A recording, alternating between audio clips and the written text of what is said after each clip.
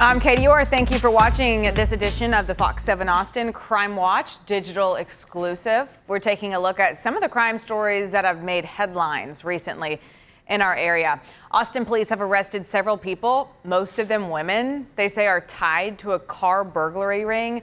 They're facing charges including burglary of a vehicle, organized criminal activity, and failure to identify as a fugitive. Fox 7 Austin's Katie Pratt finds that detectives believe there are at least 2 or 3 dozen criminals involved who have been doing this for years.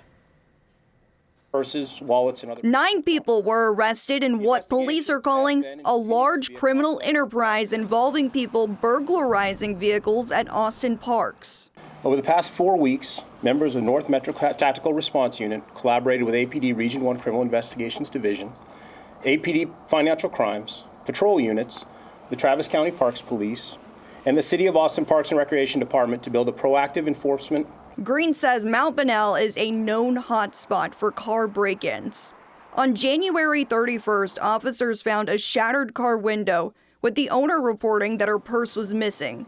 The bag was recovered, but the bank cards were gone. We have recovered stolen property from many of the victims involved in these senseless crimes. A woman with an active warrant for her arrest identified herself to police. They later learned the 21-year-old gave them a fake name.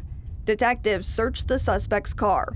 Here's what was inside: the victim's money, along with meth, fentanyl, and dozens of gift cards. The following day, they got the real ID on Armony White and made the arrest. We did have knowledge about these cases. Vehicle burglaries are very hard to detect. It's a lot of timing and just opportunity and a lot of resource allocation. The North Metro Tactical Response soon realized a warrant was issued for White a week earlier for a probation violation related to aggravated assault with a deadly weapon conviction. They caught White during a traffic stop who, once again, gave them a fake name, but officers were well aware of who she was at this point and took her in again. The goal of the operation was to target known offenders of these crimes in an effort to reduce the number of incidents. As a result of these efforts, with her, 34 gift cards which are believed to have been bought with stolen debit and credit cards. 3 days later, reports of 4 people peeking into cars near the Emma Long Metropolitan Park. The tips from the community have been used to help us in making arrests, and we want to express our gratitude to those who have come forward to assist us in our investigation. Patrol officers were able to find the suspect's vehicle at Red Bud Trail based on the description. Deshauna Pinson, Jayana Smith, Heaven Carter, and Jamila Westmoreland were all put behind bars. In the same area, another car break-in reported, but this time at the Red Bud Isle Park. A witness got a photo of the suspect's car registered to Rakisha Thompson. She used the victim's stolen card at Target with another woman, and police took Thompson into custody a few days later. Offenses varying from engaging in organized criminal activity, credit card abuse, failure to identify, request to apprehend, burglary of a vehicle, and driving without a license. Last Monday, Carter bonded out. Then, Destiny Thomas and another woman were ID'd from a previous incident at Bull Creek Park. Police found Carter in a car with Wes Moreland and Natalia Jackson. Lastly, Artrell Vincent was caught early February at Bull Creek Park, but turned himself in last week. APD is investigating a shooting outside of a gym in Northeast Austin. It happened around 6 a.m. on February 27th. This was at a Fitness Connection off of North I-35. When police got there, they found a woman with a gunshot wound. Police say she had been seen with a knife in the parking lot before that shooting.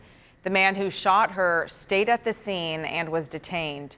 The woman was taken to a local hospital with non-life-threatening injuries. APD says all parties involved are still being questioned. No one has been arrested. Meantime, the Williamson County Sheriff's Office is investigating a murder just outside of Georgetown city limits. Deputies do have a suspect in custody. Fox 7 Austin's Williamson County reporter Lauren Rangel has the latest. Sheriff's Office spent the afternoon investigating and taping off this property you see behind me in a neighborhood that residents say is otherwise quiet. I was peeking through the pickets. And all I could see was just police cars. Donna Turner says she thought she heard gunshots Friday morning. I had heard the the shot, but then there's always so many cars that come by here and they go pop, pop, pop. The Williamson County Sheriff's Office blocked off this property on Jennifer Circle near County Road 110, just outside Georgetown city limits. I started seeing all the Williamson County Sheriff's Department out here, and I was like, oh man, something bad's happened. And it did. Deputies say they were responding to a 911 call, reporting that someone had killed their roommate with physical violence. The sheriff's office identified Amadeo Ark as their suspect, charging him with felony family violence for the death of 36-year-old Megan Hood. They expect to enhance his charges.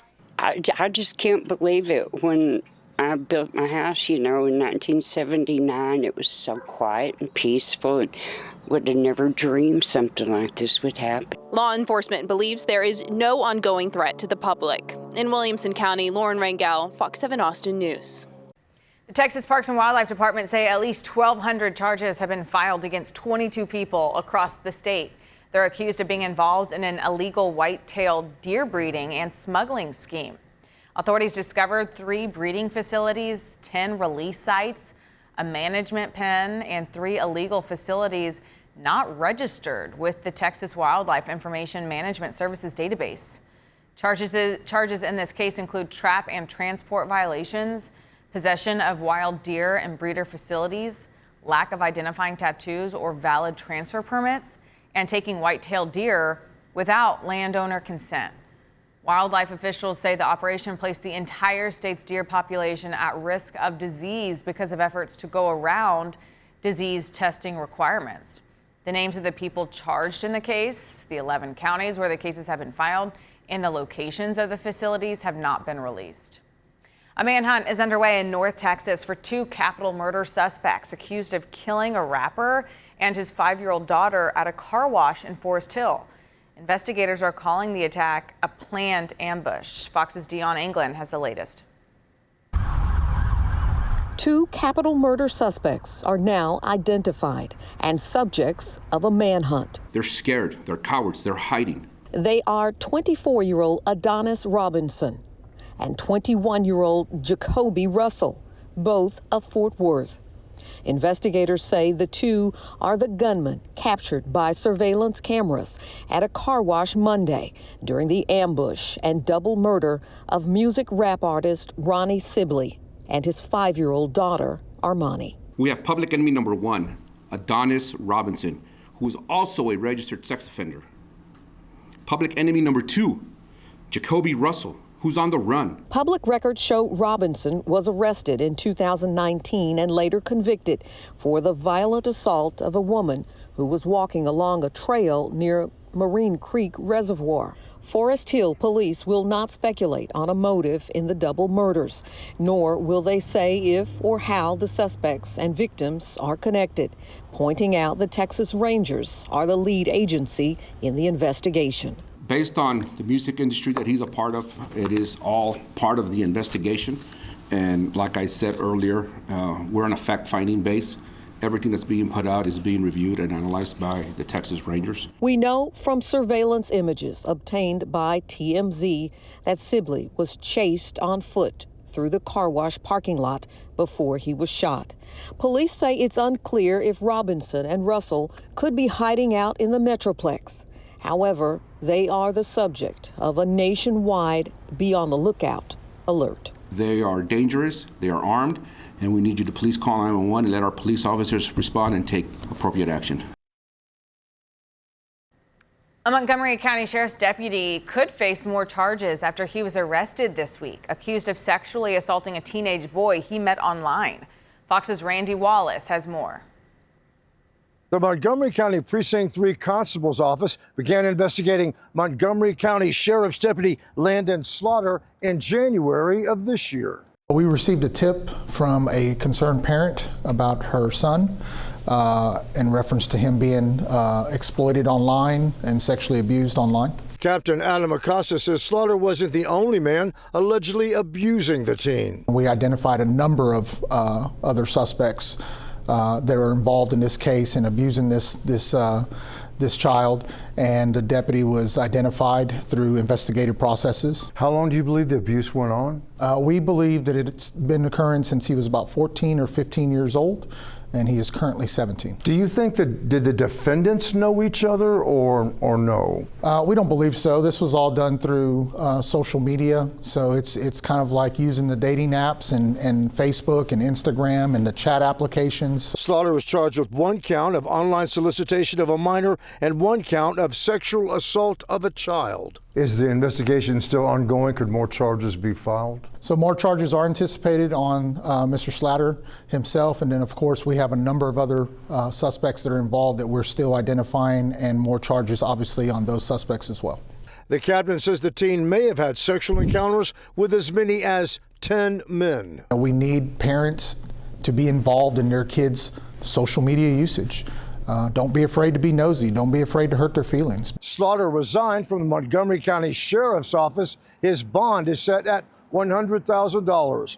Reporting from Montgomery County, Randy Wallace, Fox 26 News. All right, finally back in Austin, where 6th Street has been officially open to vehicles on weekend nights now for about a month.